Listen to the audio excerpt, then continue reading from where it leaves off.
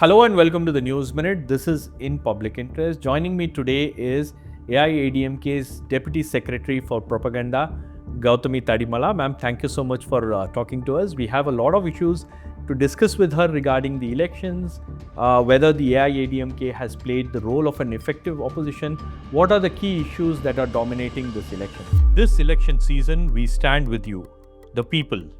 In our special election series, our show In Public Interest will bring you the issues that matter, important voices, ground realities, and every side of the story. We promise to bring you stories you need to know before you vote. But we can't do this without you. All you need to do is scan this QR code and contribute to our reporting fund.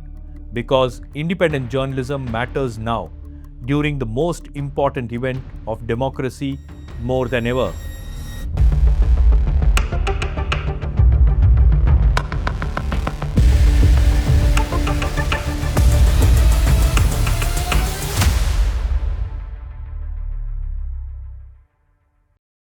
Ma'am, to begin with, what do you think are the key issues that are dominating this 2026 assembly election?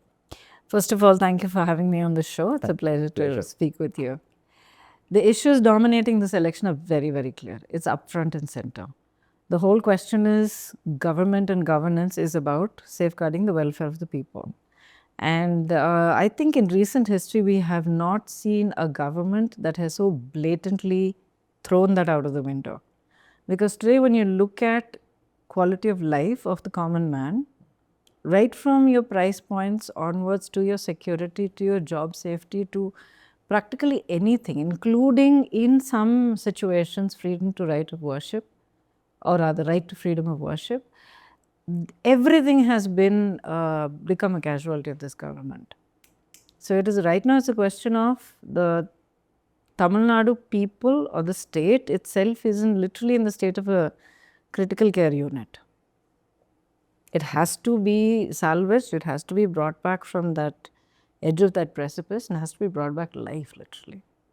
So when you say that the state is in a critical care unit, what exactly do you mean by that? What are the issues that has pushed the state into that kind of a situation? See, price rise is a very, very sensitive and it's a very, very impactful point. Because everything that you do in life, whether it is your day-to-day life survival, just taking care of your family, going from day to day, or whether it is the ability to build for a healthier, stronger future, or just to aspire to something more than you are, right? I'm speaking not just the common man, I'm talking about people at various levels of socioeconomic ladder within their context. So price rise is a highly, highly impactful point. And that is something that has risen multiple times, multifold in whether you look at, electricity, whether you look at milk, you look at essentials, groceries, taxes, costs of essential commodities, everything is sky high. And these are not, facts that I'm putting out there out of the blue. You are a journalist, I know that you already have the data on this, and this is a fact. But this is not a state problem, right? Like it's an all India problem. No, I would inflation is something that opposition parties have been time and again questioning the BJP because they fail to control inflation. They fail to bring some kind of relief to the people. So that's a nationwide problem. Right. So as a journalist, you are bound to counter me with that. But what I would like to say is, I'm not looking at this as a nationwide problem. I am talking about Tamil Nadu, which is my state, my people. And I know the pain that the people are going through. And these are topics, governance issues that are very clearly within the purview of the state government. So hiking your electricity bills from 500 rupees to 1,500 rupees or 2,500 rupees has been entirely the prerogative of the state government. So why would I point fingers at anybody else, whoever the ruling party in the center might be? These are acts, both acts of commission and omission that have been done by this DMK government who has been ruling the state for the last 5 years. But there is also this Uday scheme of the union government that forces state governments to increase the electricity. Is that what they're saying? And has these kind of electricity price rises been uniform throughout the country? Has this so-called forcing of the state governments been applied throughout? And has this government said, hey, I have nothing to do with this, it's out of my hands? Are they saying that about, as they say, Vettri, all kinds of things? Are they talking about the common man's day-to-day price rise issues? Everything depends on the central government. Then why is the state government here? Why have we not had these kind of pressures with previous particularly governments? on electricity, why have not, I made that point. I'm saying on taking electricity tax, as an example. As an example. So you're going to raise the price of milk. Where does that come from? Avin is a state-owned entity, right? So milk, rice, essential commodities, cooking oil, gas. I mean, the sky is the limit. Every which way, every which way. Next, take a look at job creation. What happens to job creation? What happens to those generations of young people that have completed their education with a lot of struggle, a lot of sacrifice from their parents and their families? Where have the jobs been created as had been promised by the DMK in their manifesto? Have those jobs been created? No. Have those government jobs that have been standing empty, have they been filled by these young aspirants who are qualified or who could be groomed to occupy those jobs? No. So what happens to these young people? What happens to the families? You're talking about futures, you're talking about lives, you're talking about livelihoods. You're talking about security of entire families who don't have a voice other than their vote, right? Now, another question I'm going to ask you, and this is something that there's no argument that you can put out that would deny it. What about the prevalence of drugs? Not just, ganja, weed, but I'm talking about hard synthetic drugs. What about the prevalence of these drugs? What are the generations that these drugs have caught? What are the age groups? What are the demographics that have been affected by that? Possibly, I just put forward this as a thought to consider, possibly those generations of disenfranchised, disappointed, dejected youth that ought to have otherwise been gainfully employed. If you had given these youngsters a job, given them a future, trained them to be productive and useful, given them a future and hope, a sense of self-fulfillment, what are these young people going to look at? Are they going to look at, let me have a family, let me start a business, let me, live a full and healthy life? Or are they going to say, let me just turn to the nearest thing that will get me out of this dejection and this depression and this sense of failure that I think I am, which happens to be drugs that are very conveniently at hand. It is a fact that these drugs are prevalent and are available very freely in every little village and nook and corner of the state. So you lined up or listed out the issues that the state is facing. As an opposition party, how effective has the AIADMK been in raising these issues? I would say they've been a very effective opposition, particularly given the way that they have been hamstrung at every stage, including, I think this is something that the media has also reported on, or rather, I think probably been hesitating to report on even while speaking in assembly. The opposition speakers, particularly leader of opposition, the mics being turned off, cameras being blanked out. So there is a lot has been done to hamstrung that. But given all of these, I would say that the opposition has been as effective and as dynamic as it can be within these restrictions, which I would say is quite a lot. No, I don't think so. No, because fine. I can give you examples of where the opposition has failed in the state of Tamil Nadu. This has never happened before. If it was Jayalalitha's regime, or if Jayalalitha was there as a party supremo, probably she would have asked the party workers to hit the streets and protest, create pressure, create a conversation among people, and that's how you create that kind of awareness among people that something wrong is happening and we need to. As an effective opposition, the AIADMK failed to do so. You talked about the drug issue. When was the last time the AIADMK held a protest regarding the drug issue? I'm not going to give you data, No, which I could do after this interview. Yeah, I understand completely. Definitely. But these are all issues that as an opposition party, the AIADMK should have taken it up.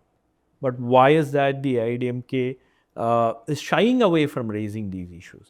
You said that they raise these issues in the assembly. I completely agree. But assembly is one way of raising these issues. But in public forum, what has the AIADMK done? It has done. They have done, as we say in Tamil, poratam, out on the streets throughout the state.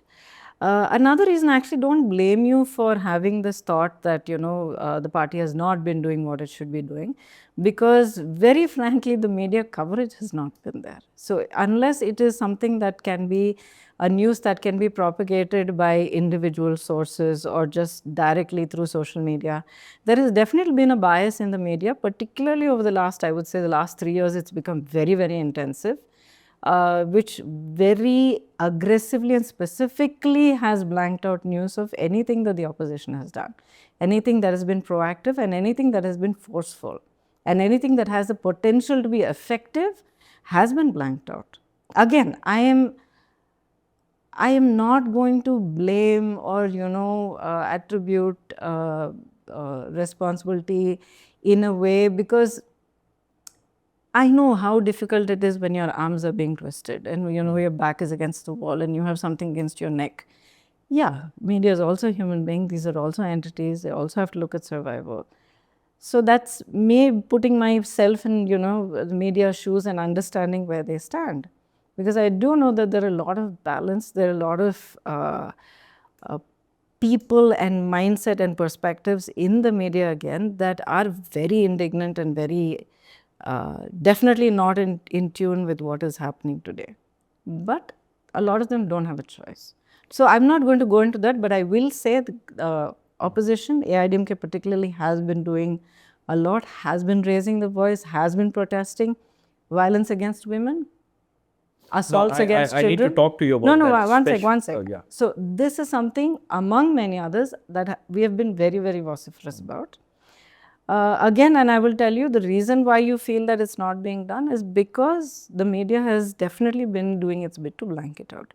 So no matter what it is, the media is powerful, right? The media is what goes in whatever format, whether it's going to be YouTube, a digital format, whether it's going to be social media format, whether it's going to be your TV channel, satellite, whatever it is undoubtedly powerful. I belong to that industry, probably another aspect of it, but I do belong to the media industry. So I know the power it has, especially in India, and that too in the South. So again, omission and commission by the media has the potential to have great impact on the mindset of the people and of driving the public and the popular narrative. So that is something that I would say that the DMK has been successful in. That is something they've done very well.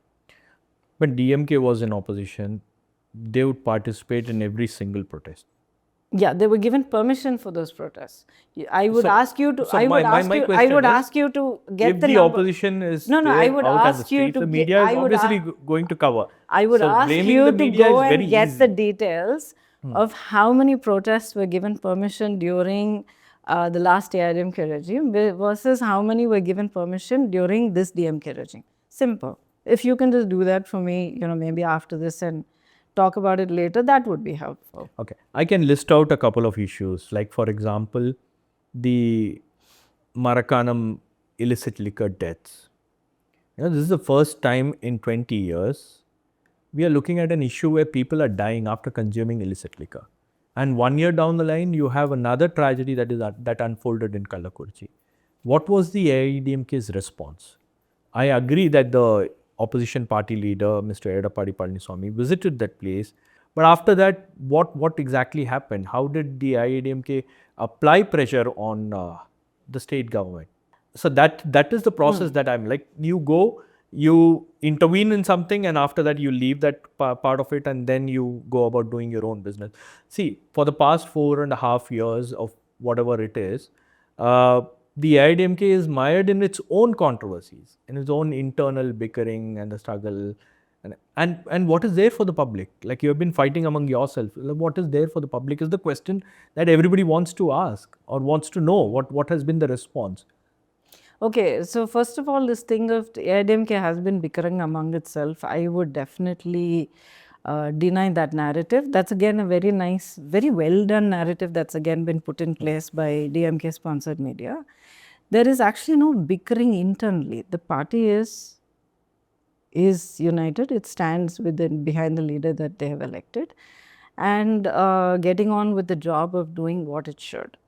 So you're talking about one individual who has, very honestly, tell me, with your hand on your heart or, with a clear mind, anybody in your home, your family, your unit, your party organization behaves like that within and regarding that unit, that close knit, bonded unit that is comprised of lakhs of people who put their life into that, treats that entire unit like that. Do you really think it's the right thing to continue to entertain that person's presence? So, what I'm talking about, when a person has been sort of separated from the party or expelled. You're or talking however about OPS, TTV Dinakaran. No, I think I'm not going to talk about Mr. TTV Dinakaran because, he's a separate political leader with his own party and that trajectory is different. And it's a very old story also. So I'm not going to go into that. I think it's not relevant. Again, that is another successful narrative that's been built up as if it is, it's happened yesterday and causes of it are very recent. They're not. Those were done and, dusted long back. So we'll not bring that into this. Whereas what has happened with Mr. OPS is something that's a matter of public record.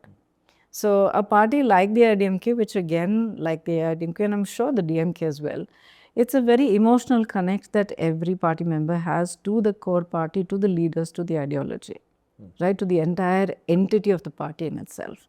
So when one individual treats the party like this, it treats the party headquarters like this, treats every party member's trust and faith like this, I don't think that should be excused or forgiven in any way. I think enough efforts were made, to kind of build bridges somewhere, but when things went beyond a certain point, as a leader, a responsible, strong leader who's actually going to protect, what you've taken on in your care, you have to take a call like that.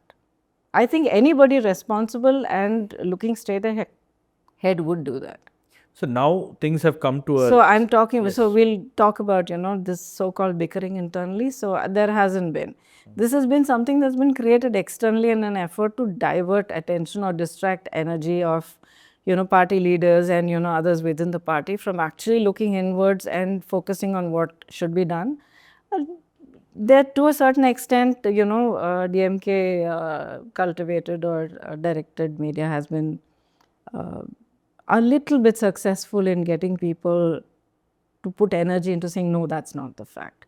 No, this is not true. No, so it takes time and energy to even deny something, right? But now it has come to a level where again the AIADMK is forced to consider, taking the OPS into an alliance or, having TTV into an alliance. Who is forcing whom?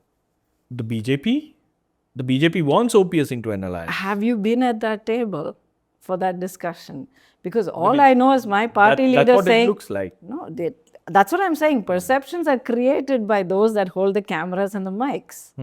I know the power of, what you hold more than anybody else. So that perception is created. And again, I say it's well done, well crafted.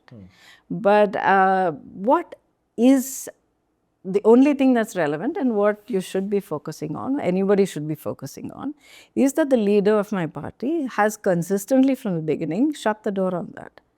There's no possibility of that at all. He has said that time and again. As far as Mr. TTV Dinakaran is concerned, he said that's another party. He's a leader of another party. So he is a member of the NDA in his own right. And they have joined hands on that platform and they are working together. We are working together now. So there's nothing contradictory here. And the alliance with BJP, the manner in which the BJP and AIADMK came together, because EPS said that we are not going to align with BJP even in 2026. But things changed and he is back in alliance. So that raised a lot of questions about the credibility of the party. Do you think that the credibility of the AIADMK has taken a hit because they said something and then something else happened and they're back into NDA's fold, back into BJP's fold. It all looks like BJP is controlling the AIADMK. Okay, again, a wonderfully put question. So I'm going to answer that. I'm going to answer that. That's See, the question this that whole most thing people of have. the whole thing, the question of why did the AIADMK, walk away from the NDA alliance? Yeah. The reasons why we did that, or why Edappadiyaar did that at that time, was very clearly stated. There were certain specific conditions under which it became untenable for the AIADMK to continue within that, right? And if you will also look at the facts, the only time at the point at which he began to even consider or give a year to their request to come back was when the situation that had caused the AIADMK to exit had been, or rather was in the process of being corrected, was in the process of being addressed. I would say addressed is the right way. So it's a question of that. And he has always been very clear about saying that when you fight an election, you have to come together because of a common goal. It's not about, do you share the same ideology? Do you think the same way? If that aligns, well and good. But otherwise, it has to be about a common goal of what is the target of this alliance? It is to unseat the DMK. So everyone who thinks alike needs to get on the same side of that line.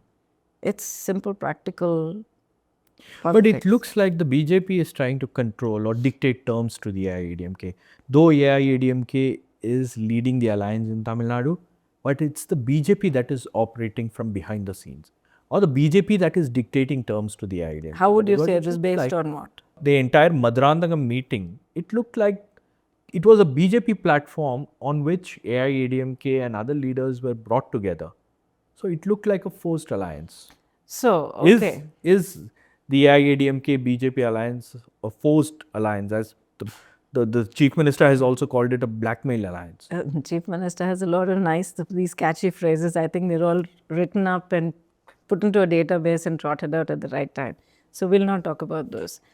What you're talking about in terms of this alliance, BJP controlling and all of that, look back at the facts of how decisions have been made, how things have moved forward, and tell me at what time do you think that either one party has been controlled or AIADMK has been forced to take the back foot. Things have happened very much keeping the AIADMK priorities in mind. And you're talking about AIADMK partners going back and talking to the BJP. Unless I'm mistaken at one point or the other, most of them have already been constituents of the NDA, including Mr. T.T.V. Dinakaran. So I think for them to go back to the NDA, which is what you should really call it instead of calling it the BJP, would be more accurate. So they have all been constituents of the NDA at various times in various capacities, and they're just coming back to that because it is an AIADMK-led NDA alliance. But the BJP says that it's going to be the NDA government here in Tamil Nadu. And the BJP is setting the agenda. The BJP has not gone back on its words. What words? Saying that there is going to be a coalition government in Tamil Nadu and we want a coalition government in Tamil Nadu. We want to be a part of this government. So this is how, you get that perception that BJP is dictating terms. See, to have these kind of desires and all is not wrong. And I would say, any kind of, not even political entity, any kind of entity, business, professional, whatever it might be, will always want to, kind of establish themselves and have a foot in the door of power and have a seat at the table. So they're saying something that is a logical desire for any kind of political party, especially one in a coalition. Especially one that's been trying they've been trying so hard for so long to kind of, get a seat at the table in Tamil Nadu. And we've seen how that has been going. So when they find themselves at this point where it's a very, very, how do I say, credible aspiration at this point, they're expressing that. I would say it's an expression that they are doing from their side. But the facts on the ground, the way they will move and who's in the driving seat and how things will move forward have already been defined so far. And they will continue to be defined and played out like that. It is an AIADMK-led NDA alliance in Tamil Nadu. It is being led and driven by Edappadiyaar. And that is how things will go forward. Again, all of this is distraction. No It's just question noise. of sharing power. No, again, I'm not even going to comment on that. I'm saying my priority right now is to take it a step at a time, and it's going to go forward as it is defined by my leader, by Edapadiyar, and then we will take it a step at a time from there. So you spoke about, certain issues like particularly crime against women in Tamil Nadu. Women and children. Women and children, yes. What has the AIADMK done to ensure that this reaches to the voters? Like whatever the law and order situation, whatever the issues that are happening here, is widely talked in public domain. What has been your strategy? We have been taking it directly to the people. Like speaking for myself, I personally, every meeting, and I don't do only these bigger meetings. I insist on having smaller gatherings with people where I can connect with them one-on-one. And I know this is something that's happening everywhere, and everybody is now, all of our AIADMK functionaries have been going door to door. And this is just one aspect of it. So raising awareness about this, making people cognizant of the fact that this is not something that they have to or they should accept. This is not par for the course. This is a crime and injustice against, their very trust and existence over here. So that is something that's been going on constantly, and not just now. On the issue of Anna University sexual assault, I know AIADMK raised this issue in the assembly. AIADMK managed to put some kind of pressure on the government. But apart from that, there was one person who was convicted. He has his connections with the DMK. The DMK tried to brush it aside. Do you think that this requires a further probe into this? Or if AIADMK comes to power, this case will be reopened and it will be probed? Any case implicating either directly, indirectly, or even on the far horizon, anybody connected to the DMK will 100% have to be reopened and reinvestigated and re-examined, 100%. And I'm telling you, when the AIADMK comes to power, that will happen. The Kallakurchi every illicit liquor case, big and small, every one of them will be reopened. And I know that the drive for justice will take place.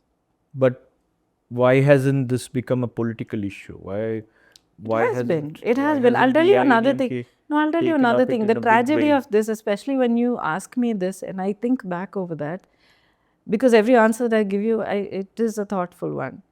I realize that the tragedy of it is, by the time we raise our voice and, we bring that kind of an attention to one crime, 2 others, 3 others, 5 others have already sprung up. It's tragic. I mean, it's a travesty of governance, and it has taken human rights like below the gutter. And the common man's voice to the point where they're so hammered from all sides. When you have a people that are so traumatized on every side. Now you come to a point where I can't send my daughters out. I can't leave my kids to play in the front yard, just outside my gate. I can't. What happens to the psyche of people like that? We're a very traumatized society. You and I probably have the privilege of being able to, understand it, analyze it, and we have a platform to raise our voice and do it bravely enough, saying that, you dare touch me. Like, I will say what I have to say because this is right and because it's heartfelt and it's honest and it's hard-hitting. But how many people have the ability to withstand like that? And the ones that have had that ability have been ruthlessly either manipulated or squashed. This is a fact. So coming back to the alliance parties and particularly the BJP, do you think going back into the NDA alliance was a mistake because, it did not take off initially? What did not take off? It was not well received by the people? When? In April, when the AIADMK went back into the alliance. Your question. I'll tell you why I'm laughing. This happened last April. Yeah. We have elections this April.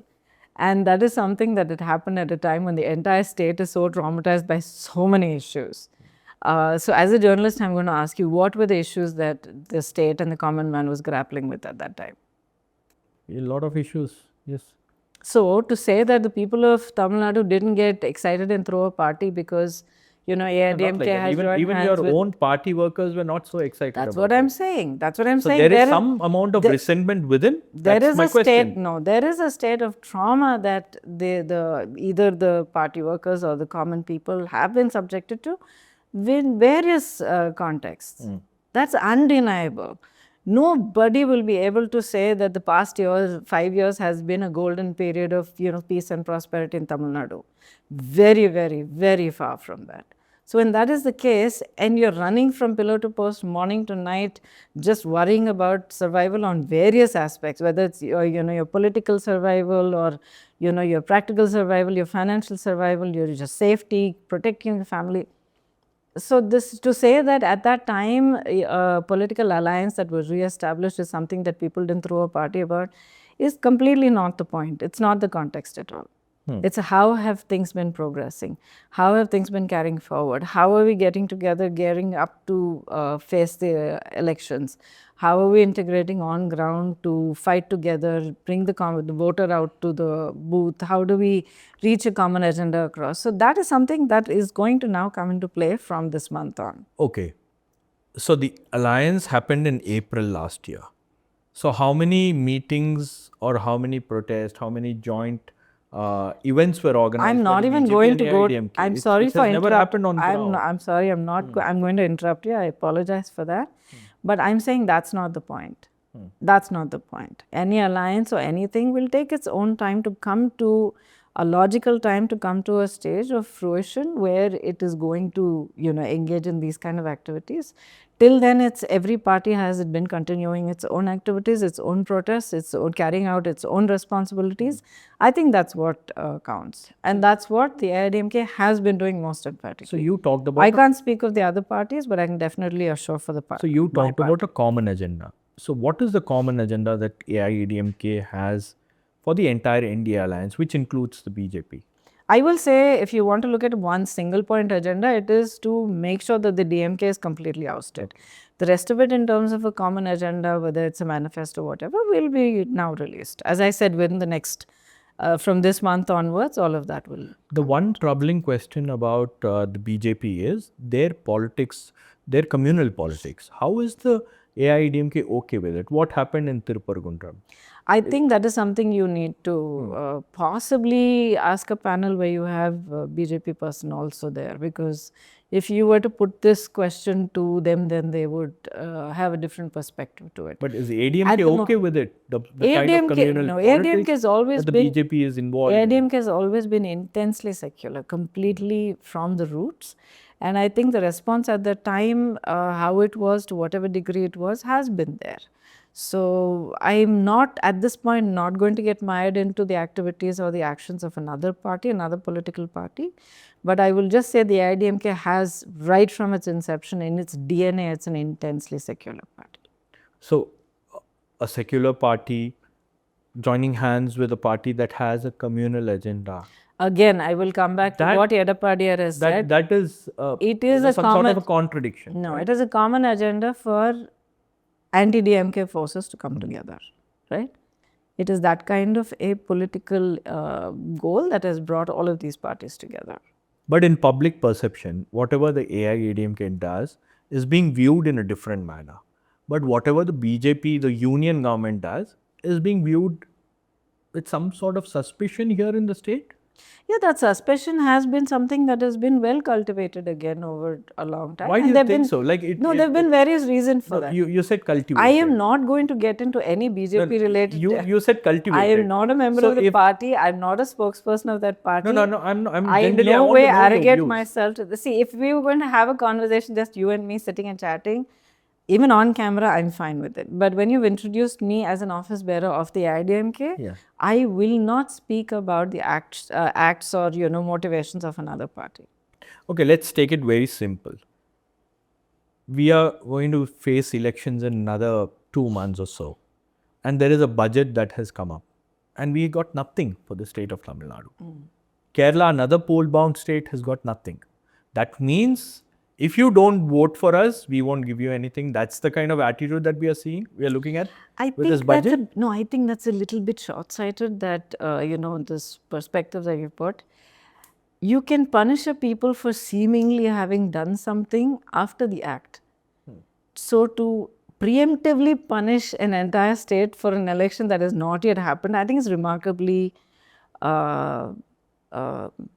illogical, and I don't think that that's the case. So we can have a discussion of the budget. No big ticket announcements in the budget for the state of Tamil Nadu. I don't believe there have been very many major big ticket announcements in this budget. Which is? So there have been your train corridors, there have been your rare earth mineral corridors.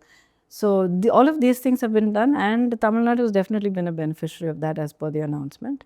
As far as the rest of it is concerned, I don't believe that there have been, my very layperson's understanding so far, that there have been very many, as you call, big ticket items that would come forward to influence the common man. And again, I think the basic logic dictates when I'm going to ask somebody for voters, I'm definitely not going to kind of pull the rug out from under their feet before they've had a chance to vote for me. So what you said is, I don't think that applies here at all. Okay.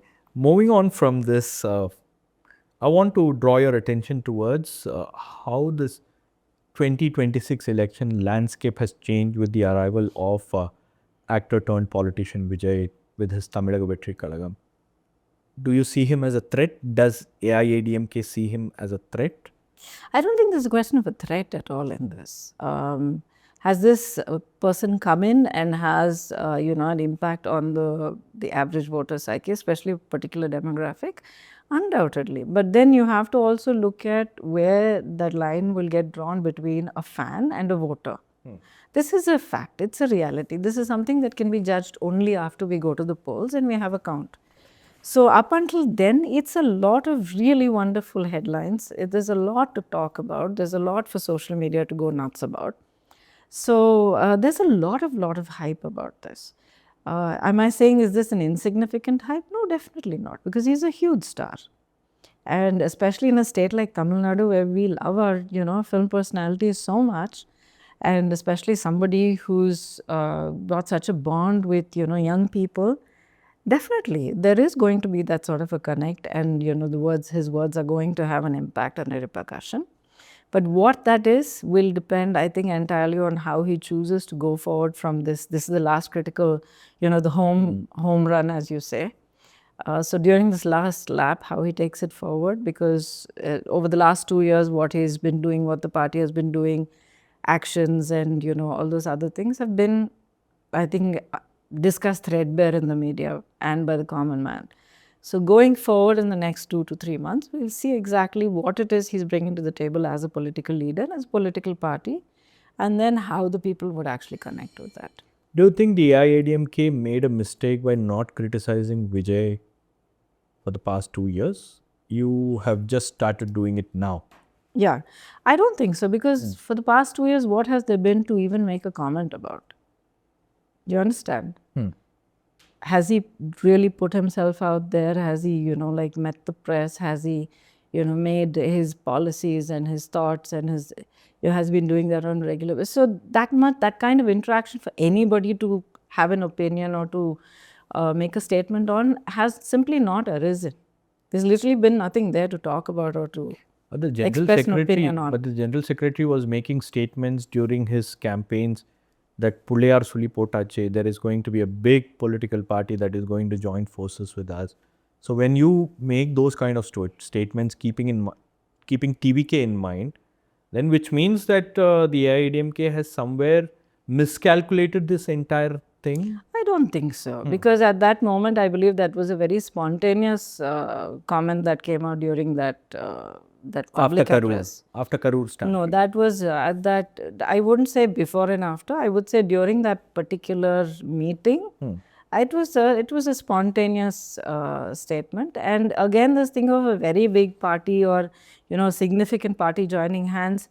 I do believe there are some others who can still lay claim to that. Some other parties, some other entities, and one of those, the PMK, has also definitely joined hands and joined the alliance. So Vijay taking over the position of the AIADMK because he positions himself as another AIADMK. Is that something that the AIADMK is worried about?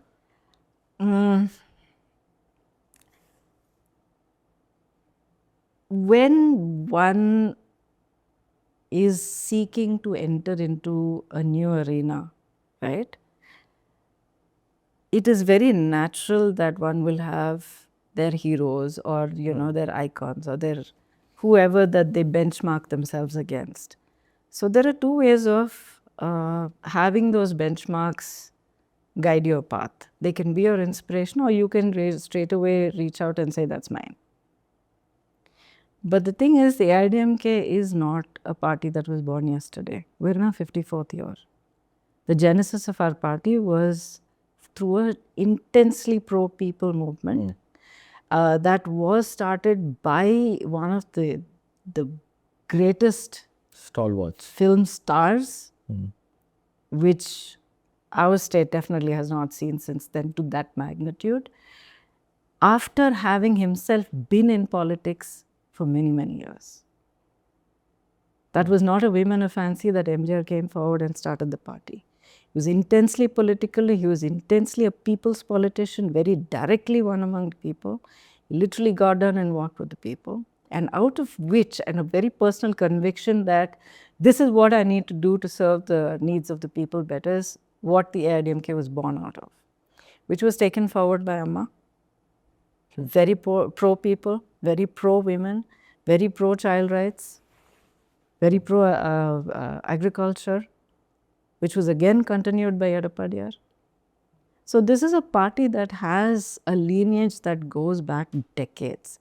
And it is something that is sown very deeply into the DNA and into the soil of the state. And it has a party structure, an organizational structure that goes down to every tiny little hamlet and every home.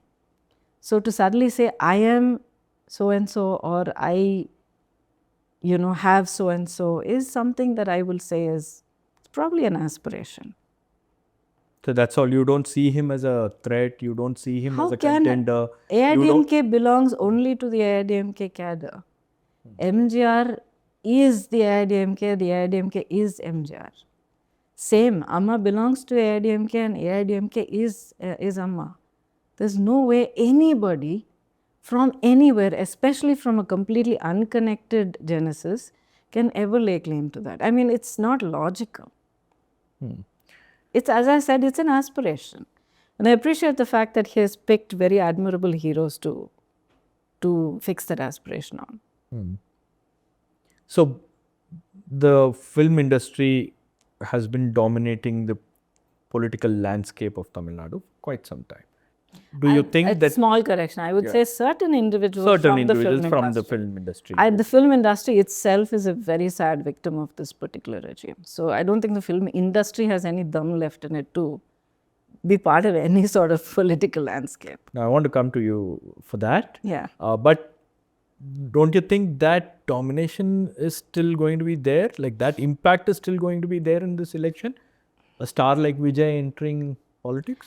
See, you can come forward as a film star, but that's only going to get you your first eyeballs, right? Beyond that is who you are as a politician, because people, and I've been observing this for past 40 years that I've been in Tamil Nadu, and what I've always been struck by is the love that people have for a film star is very different from the adoration that they have for a political leader. The look in their eye changes completely. And there, the common man's passion for politics or commitment or conviction for a political leader or ideology goes bone deep, it runs in the blood. Whereas a film star lights up their eyes with joy and happiness and love and admiration, and that's on a different level. Okay. So how that translates is something that has repeatedly been sort of shown other people, other aspirants. And as far as this time goes, we'll see. We have to face one election at least for anybody to get any clarity. Yes, ma'am. You spoke about the film industry. Yeah. So what's happening in the film industry? So as I said, the film industry has a pipeline, right? There's an ecosystem that basically consists of, broadly speaking, 3 sectors, which will be production, which is making the film, and then distributing, which is taking it out to different points of exhibition. And then you have the exhibitors, which are the actual theatre owners, the screens owners. So this is broadly simplifying it. So now you have like 20 odd companies owned by one family and their coterie. Making films from DMK family. Okay. DMK family. It's a fact that, Deputy Chief Minister Mr. Udayanidhi Stalin is very passionate about cinema, which is great. That's my field, my world. I love it. So they have films being made from, small budget to larger budget. And then the distribution has been taken over by them. The exhibition, the screens are with them. So an independent filmmaker makes a film, puts hard-earned money into the hopes, aspirations, dreams, everything. And everything depends on getting the film out within a certain time into the screens with the right kind of marketing and publicity, and ensure that it reaches the widest audience that it can. This is what should happen in a healthy business environment. That is not the case here. Again, I'm not going to defend what I'm saying. This is a fact. You're free to, do your own investigation and ascertain it. So you have a situation where an independent filmmaker or anybody has made a film for, say, 5 crores. And it's a fairly decent film, with a good story and all that kind of thing. And you're just told that, okay, this is, 2 crores, 3 crores on the table. Take it and leave the film and go. Otherwise, leave. So, and not only the kind of films that are being made, the actors that are all been tied up in, commitments or contracts or whatever to this coterie. So, there's absolutely no creative freedom. The kind of stories that are being told are, if you notice over the last few years, very consistently of certain very limited genres. So, in every which way, there is no creative freedom, there's no business freedom. They're literally in a chokehold. Right down to the screens. A film will reach screens and a certain number of screens and for a certain duration if the powers that be allow it or if they will it. No one is complaining. Of course they're complaining. Again. Complaining where? I want to know which media you're following, because I know this is a fact from internal news, but I also know this is fact because I've seen it in the media. I've seen the people come forward, give the interviews. I would applaud their courage. Coming forward, talking about films that they've put their heart and soul and their life's earnings into, and had it cut off. A couple of them have spoken. Several of them. Couple of them recent past. Okay. Several of them. The others have not been allowed to get their voices out also. So I would say that's a very good thing for you to investigate and get the facts about. But it's a fact. I mean, I am not understating the issue at all. And this is not something that I'm sure, for obvious reasons, that many people will feel emboldened enough to come out and speak, because it's not an environment that we're in right now that encourages free and fearless speech. And talking about film actors, the kind of roles that men get in cinema, and later that helps them to enter politics and all that. What about the women in cinema? I don't think it's about roles that they get that help them to enter politics. I don't think when somebody, an actor, a male actor aspiring to become a hero at 20, 30, whatever age, is going to say, when I'm 55 or 60, I will be a politician, so therefore I will do these films. I don't think it's that. I think it's a question of when an aspiring actor trying to get his foot in the door will basically take either any job that they can get, or they will say, I want to be a mass hero, I want to be, a big star, so therefore I have to do roles that will tick those boxes. The fight, the song, the glamour, the action and all that kind of thing. If I get a story-oriented script, good for me. But it's going to be about visibility. It's going to be about doing big, impactful films, commercially impactful films. So I don't think anybody who's starting out in the film industry is going to say, when I'm 55 or 60, I want to be a politician. So it's a happy occurrence if they've managed to, guide the trajectory of their career along that path. And what is the responsibility of actors who are coming into politics? not just actors and not just coming into politics, anybody with a public profile. And yes, most especially actors, because actors have a special bond with our people, right? The way they communicate, the things that they show people on screen, things that people love and emulate, huge responsibility. Because every action that they endorse on screen by speaking a dialogue or, performing an action or an emotion or a thought or an ideology is something that directly has the impact, the potential to impact very impressionable minds. So, for example, no means no. So that is glamorized as teasing. It's not teasing. No means no. Saying, oh, women should be like this. பொண்ணுனா இப்படி தான் dress பண்ணும், பொண்ணுனா இப்படி தான் இருக்கணும், இதெல்லாம் ஒரு பொண்ணா? Because a girl is shown as being, bright and outspoken and aggressive. So you have male characters who talk about female characters like that. You have influential actors and performers glorifying things like smoking and drinking. Stalking. That's what no means no. That's stalking. Stalking women. Saying you just badger away at women and just don't take no for an answer and traumatize the life out of her. That's fine. That's what it takes to be a real man. Violence, glorifying violence. Violence is possibly the most horrendous thing that you can inflict on another human being. Any kind of violence. It's not just, spilling blood and breaking bones. Physical violence, emotional violence, mental violence. I will separate that from emotional violence. There are so many different kinds. Spoken, unspoken, subversive. There are so many kinds. So violence is being glorified in cinema. So these things are absolutely not okay, unacceptable. And this is something that we have to sit down as a society. And I'm not saying I'm on this side of the line or that side of the line, because I happily straddle both sides of the line. So what I can do is, the work that I am doing, am I taking responsibility? Have I been 100% successful so far? No. Because for me also, it's been a learning process. But where I am today and the choices I make, yes, that is paramount to me. Like, what do I say? What are the years it's going to fall on? How is it going to impact them? Am I being responsible about that? If my actual opinion about something is not going to be conducive towards the larger good, I keep quiet about it.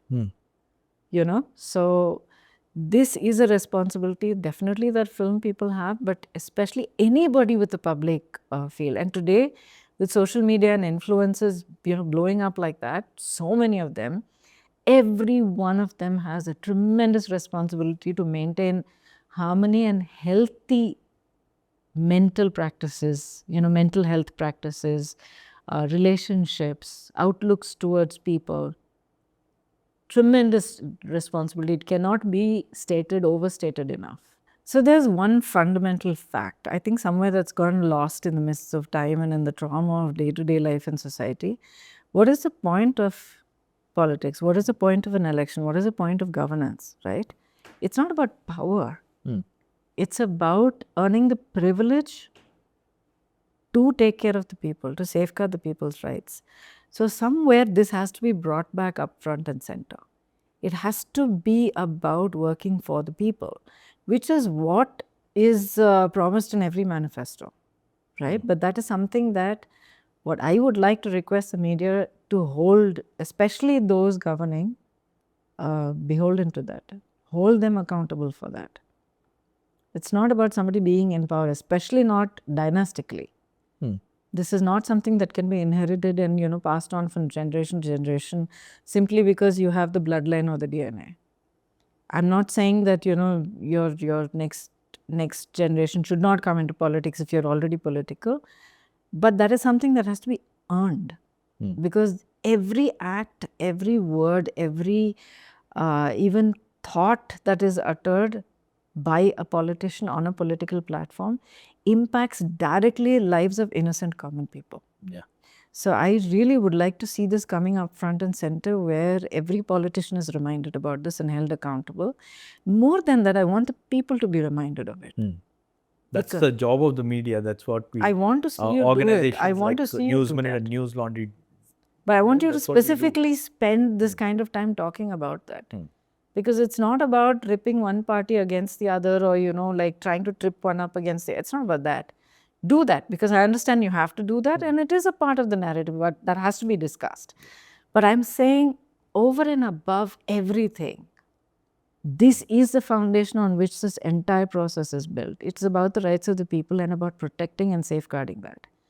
And I'd really like to see that being brought out into the mainstream media as a primary topic of discussion. Right, ma'am. Thank you so much for joining us. It was a pleasure talking to you. Thank you. Lovely speaking with you as well. And I think it's been an exhaustive conversation and I hope productive. Yes. Thank you. Thank you.